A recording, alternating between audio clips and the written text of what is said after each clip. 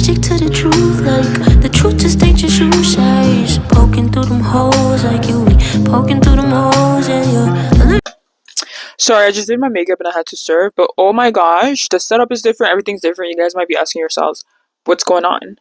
As 100 subs gift for everything and all of you guys who subscribed, I will be starting a new series which is called Val's Soft Studies, where I will be addressing topics that everybody's just always too scared to talk about. I'll be talking about Black women, femininity, I'll be talking about trauma, I'll be talking about all of these really hard digestible topics.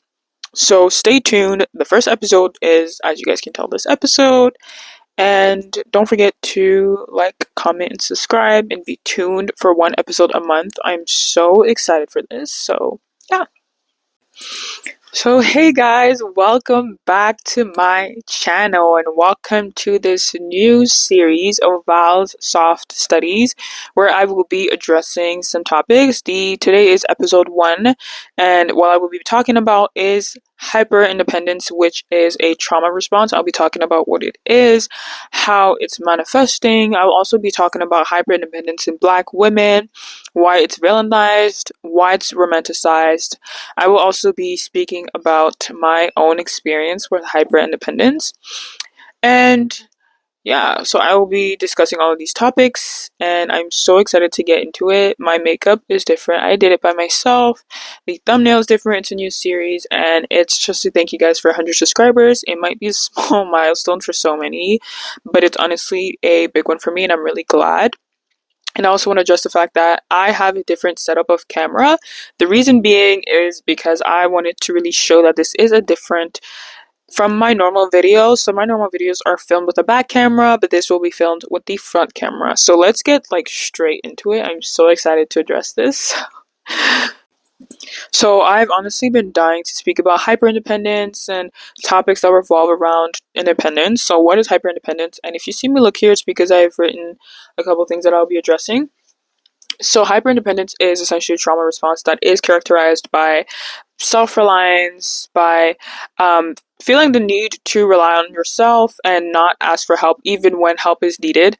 So it's triggered by childhood trauma. So usually it's from parentification, and that will usually be when a child has to take on big responsibilities or responsibilities that are normally attributed to parents, or when that child kind of has to fend for oneself. So that child learns those behaviors and starts trying to do these things without having to rely on a caretaker or anything of that sort. So that child becomes its own caretaker. And then we also have childhood neglect, so emotional unavailability towards the child. So child's feeling like they have to constantly go through rejection or constantly go through not being heard, not being understood, not feeling that like the environment that they are in is a safe one. So it kind of becomes a self mechanism because of that environment that they're accustomed to. So these people, these children, these individuals start finding ways to fend for themselves without having to go through rejection, without having to depend on someone, without having to go out of their way to ask for help. And that on the long term, it can be, on the short term, it can be aesthetic, it can be cool, it can be, nice and you're providing for yourself. But on the long term, it can affect one's ability to be able to create and surround yourself with meaningful relationships. And yeah, so like that child begins to start relying on themselves to avoid that rejection, to avoid that disappointment. And honestly, one thing that I also obviously won't dive super deep into, but will just address because it's obviously a complex spectrum, and that what I'm just saying is just a black and white on it. But there's also some cultural and traditional values that do really strive and really put that idea of hyperindependence at the front. And it's traditional values rooted within certain cultures. So sometimes some people may be hyperindependent, not because they necessarily went through childhood neglect or childhood trauma, but just because they live in a society where they are living within some cultural and traditional values that do project that idea. So that may come from that. So hyper independence in these circumstances is highly encouraged, and that would just be different from going through childhood trauma or necessarily going through childhood neglect. And honestly, hyperindependence is something that I've heard about. I've seen it on social media. I've seen a lot of things, and I've heard a couple of stories. And one thing that I've always wanted to dive into is hyperindependence in Black women, because being a Black woman myself and surrounding myself with a lot of strong and independent and very courageous Black women that I live around. So my sisters, my mother, my friends, surround myself with such inspiring Black women. I've always wondered, like, how is it for them? Are they going through what I'm going through? How is it navigating society, navigating life, while always having that stereotype attached to you that you have to be the strongest person in the room, that you have to be the toughest person in the room, that you don't need help, that you're not allowed to be vulnerable or break down or be feminine, So I've always wondered how it might be for other Black women. So hyper independence in Black women usually comes from that strong Black woman stereotype that you've heard around. As a Black woman, I always hear it, strong Black woman. And it's usually where Black women are taught to be super resilient, super tough, super strong, and it that stereotype is comes from systemic racism, and it paints Black women as being emotionally stoic. So having lacking emotions, having no not being able to get angry, being super emotionally unavailable in really tough and really stressful situations. So it really puts that negative, it really paints Black women negatively under that light.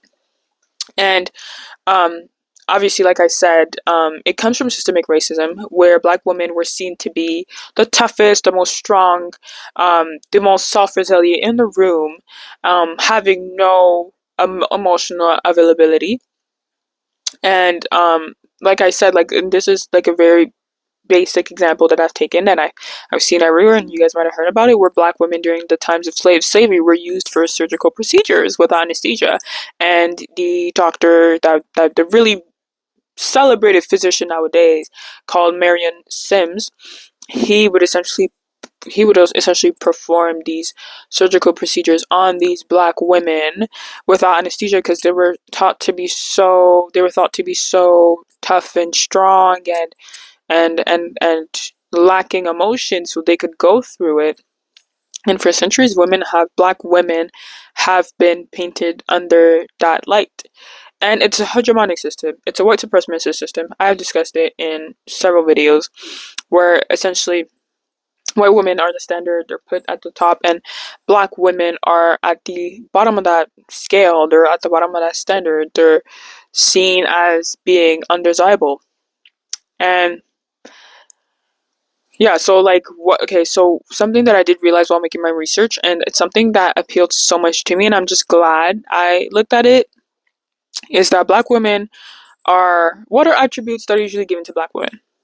Strong, emotionally stoic, self-resilient, tough, uh, you name it. We could go on and on and on and on. What are traits that are usually given to men? Strong, emotionally stoic, providers, strong, I've said strong again, but you can see that these Black women are usually masculinized. We're seen as masculine. We're attributed these features, and we're attributed these values that are usually commonly attributed to men. So in these systems, these Black women were not allowed to be feminine. We're not allowed to feel feminine. We're not allowed to be vulnerable. So we naturally built that sense of hyper independence, because that help was not within reach. That help was not within reach for us. We were not allowed to be vulnerable. So we had to fend for ourselves. We had to provide for ourselves. We had to be there for ourselves. We had to be our own heroes. And it's just so sad that these Black women were constantly stereotyped and described as such. And something that I've heard, and it honestly just makes me so, it really hurts, honestly, and a lot of Black women have honestly gone through that and heard a lot, is that Black women are really aggressive, like they're really sexually aggressive, or sexually they're never satisfied. And that's something that I've heard a lot.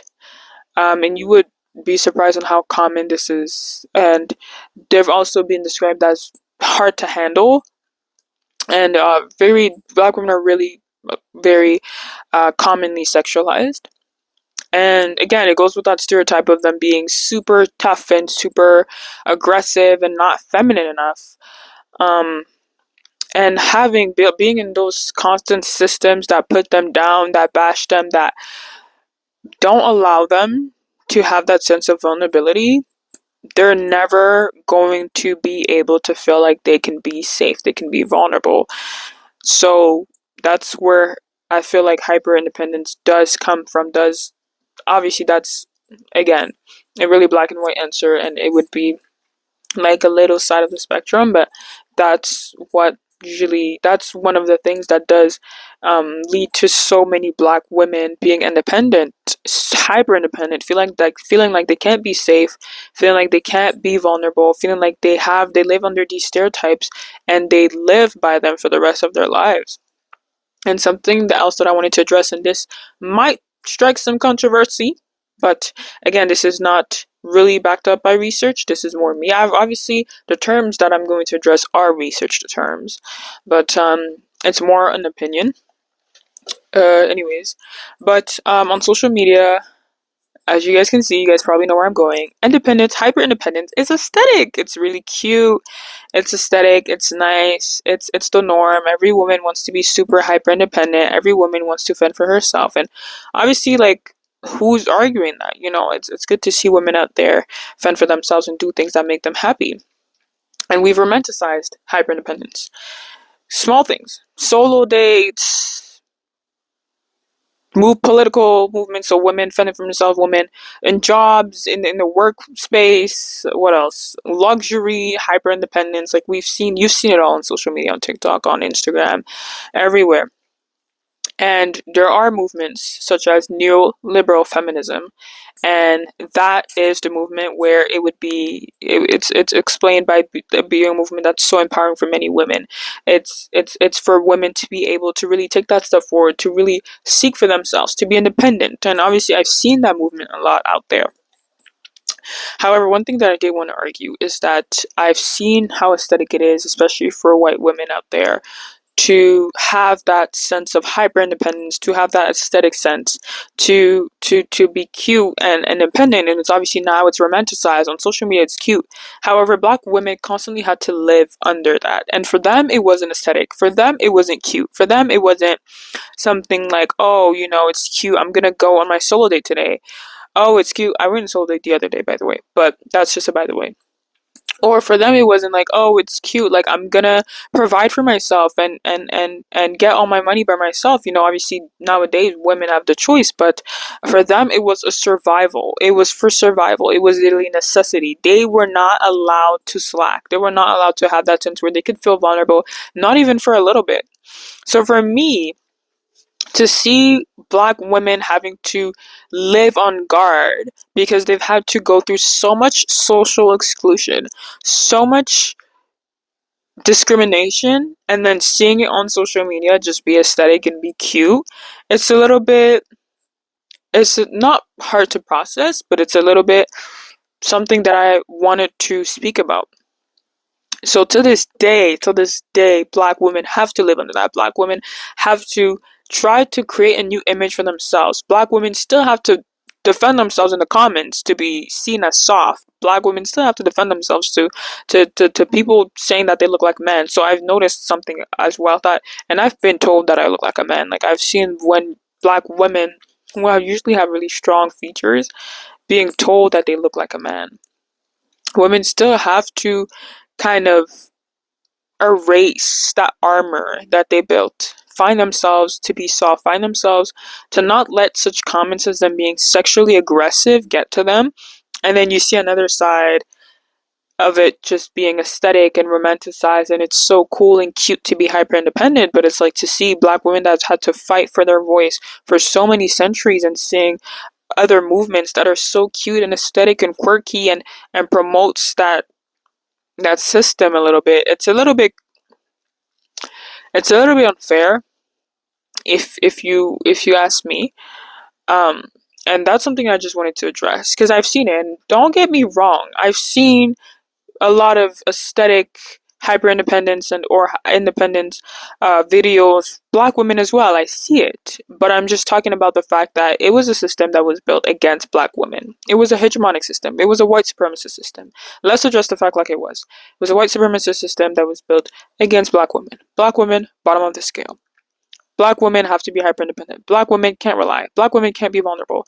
And then now you look at it nowadays, and that same system now promotes being hyper independent, being cute, being aesthetic. It's nice, it's cute, and you have these black women who are still learning how to get out of that survivor mode, how to get out of that survivor bubble. Who are still trying to find their voice, find their definitions that isn't defined by white supremacist system, feminism, for being feminine, sorry, not feminism, being feminine enough, femininity that is not defined by a white supremacist system, being woman enough, being motherly enough, all of these different terms that they have to create for themselves that aren't defined by a system that wasn't built for them. So obviously, they're still trying to find their voice. And then we have the other side of social media that just promotes the aesthetic version of it, and these women are still finding for themselves. So that's something that I did for sure want to address and for sure want to say and just tell all my black women out there that you guys are strong, you are loved, you're feminine enough, you're soft enough, you're pretty enough, you're not masculine, and to not let these traits and not let what these descriptions get to you. And I also wanted to speak about my own experience about hyper independence and just to talk about what I've been through. Honestly, for me, hyper independence came from two sides. It came from where where I've grown up. So, just like my environment, and it also came from being obviously a black woman in a lot of systems. Um, so yeah, hyper independence leads to stress, burnout, self resilience, all of these things. And when black women find themselves being at that point, they still feel like they can't ask for help. They still feel like they can't seek for help. And little things nowadays, and you might think that there's no link or there's no connection, but you can see little things and little behaviors. And obviously, I'm obviously hitting this other spectrum where I'm more speaking about hyper independence in black women, but there's also hyper independence in black men. There's also hyper independence in men. There's hyper independence in women. But I hit this other spectrum where I'm talking about black women. But little things like and something I've noticed in the black community, a lot of black individuals refuse to go get health care, refuse to go get help when they clearly have an issue. And it's where it's kind of like rooted within us, where you will need to seek help and you will not get that help because we've been taught to be hyper independent. We've been taught to fend for ourselves. We've been taught get to get help for ourselves. Even when we need help, we still say it's fine, it's okay. And there's just a lot of cases where people get extremely sick, people get near death before they go to the hospital. And I've seen it within my family as well, where sometimes my dad would be really, really sick, and my mom would be like, "You're at a point where you might as well go to the hospital." And unless my dad is quite literally near death, like can't sleep, is unable to move because of the pain, he will not go to the hospital. But like I was saying, like for me, my hyper independence comes from two sides. It comes from where I was raised, home, my environmental factors, my trauma, and it comes from being a black woman in a lot of environments where I didn't have a sister, I didn't have a friend, or by sister I just mean another black woman who was there for me to lean on. And being raised in an environment where I just feel like in terms emotionally it was just unavailable. I just and I'm somebody who growing up I was very vulnerable, and since that vulnerability was not taken seriously, I decided that I give people one chance to play with me and then it's over. Like I give people one chance and I'm done.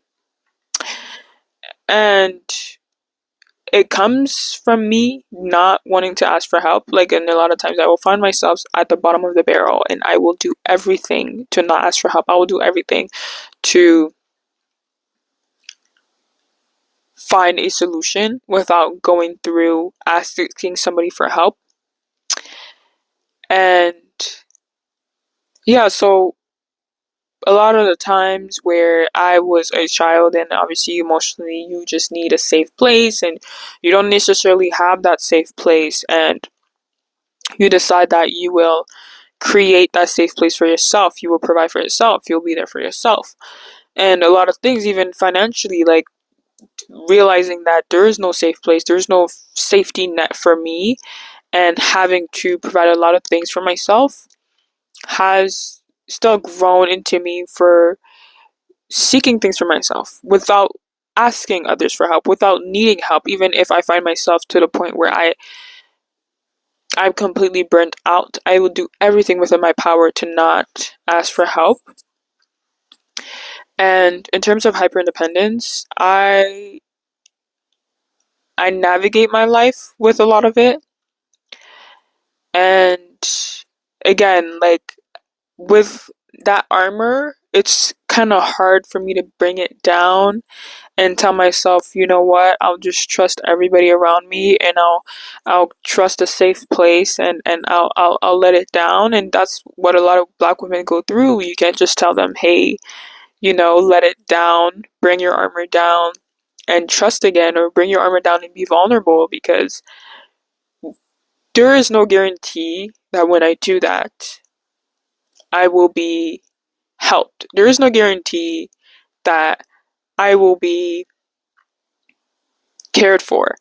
And other people will let you down, and you can even let yourself down. But even while providing for myself and being there for myself, I'm more sure that I won't let myself down over somebody else. And we're so, black women, a couple black women out there are so eager to not let themselves down that they drive themselves to burnout. They drive themselves to just stress. They drive themselves to crazy things. And yeah, like I said, like I navigate with a lot of that in my life. Like simple things. Like for track, I'm basically my own parent. Like for sports, you'll see like there's a lot of discussion with parents, child and parents, and you navigate those decisions, you navigate the fees with your parents, you navigate the meets with your parents. But I do that all by myself because, like I said, like I was somebody who was really vulnerable when I was young, but being rejected constantly, I give people one chance. So if I speak with someone, or if even if it's my parents, and I get pushed away, I never come back. And that's what happened with track. I got pushed away.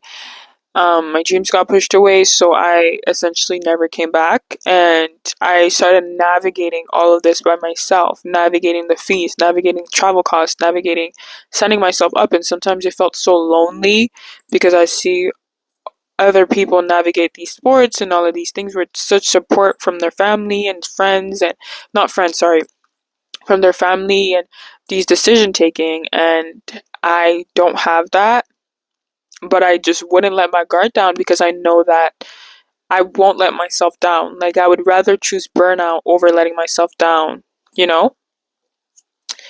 And it's tough. It's tough out here, but growing up in such systems that just didn't allow you to be vulnerable for such a long period of time, it's not just I'm going to wake up and I'm going to let my guard down.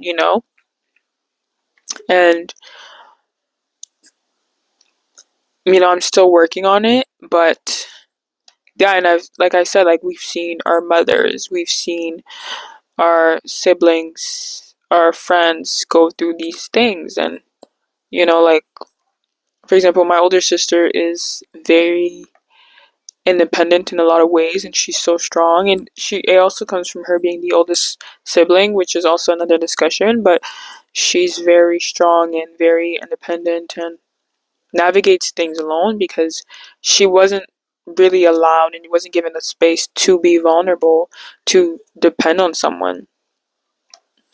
So yeah, and it comes, and then there's another side of the spectrum where black women even can't sometimes rely on other women that are not necessarily black, but can't rely on other women to be safe, can't rely on black men even to be safe, you know? And this is definitely another side of the discussion, but a lot of the times you're gonna see black men turning themselves against black women on social media, like saying horrible things about black women, saying talking about our skins being too dark or our hair being too rough or too nappy and things like that. And then you wonder how they look at their sisters, and you wonder how they look at their mothers, and you wonder in an environment where you know, and it's little things where black women find themselves in environments and can't trust anyone, can't create a safe space for themselves because people of their own race, men of their own race, tear them down to the floor. So how are they now going to turn around and try to trust, try to speak up, you know? And that's where it comes from. And being hyper independent has its advantages. I forgot what I was saying, but I got interrupted. But I was basically saying that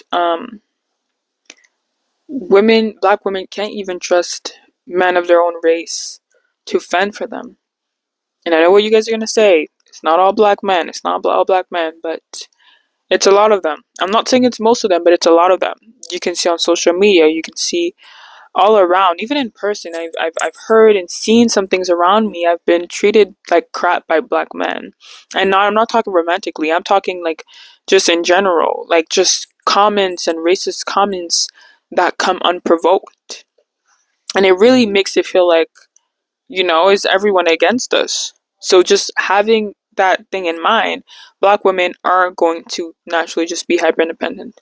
You know, they're going to unfortunately fit into that stereotype of being self resilient, providing for themselves, being there for themselves, because there is nobody that will do it for them. There's nobody that is going to come and save them.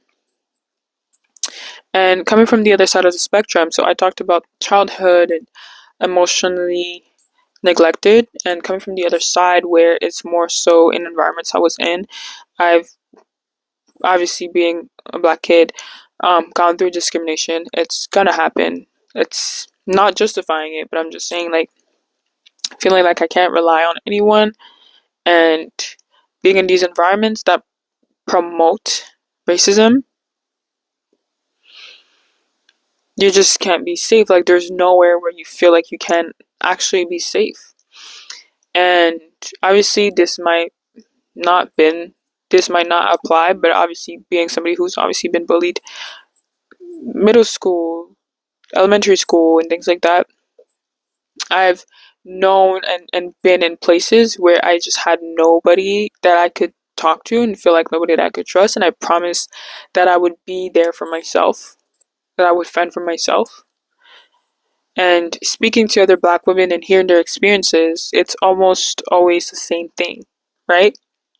So that's the commentary that I did have, where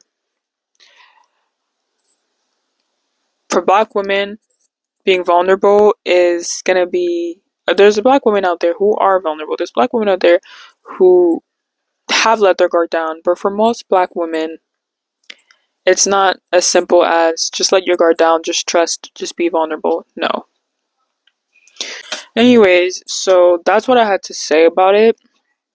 If you guys agree, if you guys disagree, you guys can leave it in the comment section. If you guys like episode 1 and want to give me suggestions for what I will be addressing in episode 2, drop it in the comments. You guys can like, comment, and or subscribe. And just let me know any thoughts, anything in the comments. I'm so open, and I hope you guys like this new series. And I'll see you guys in another lifetime.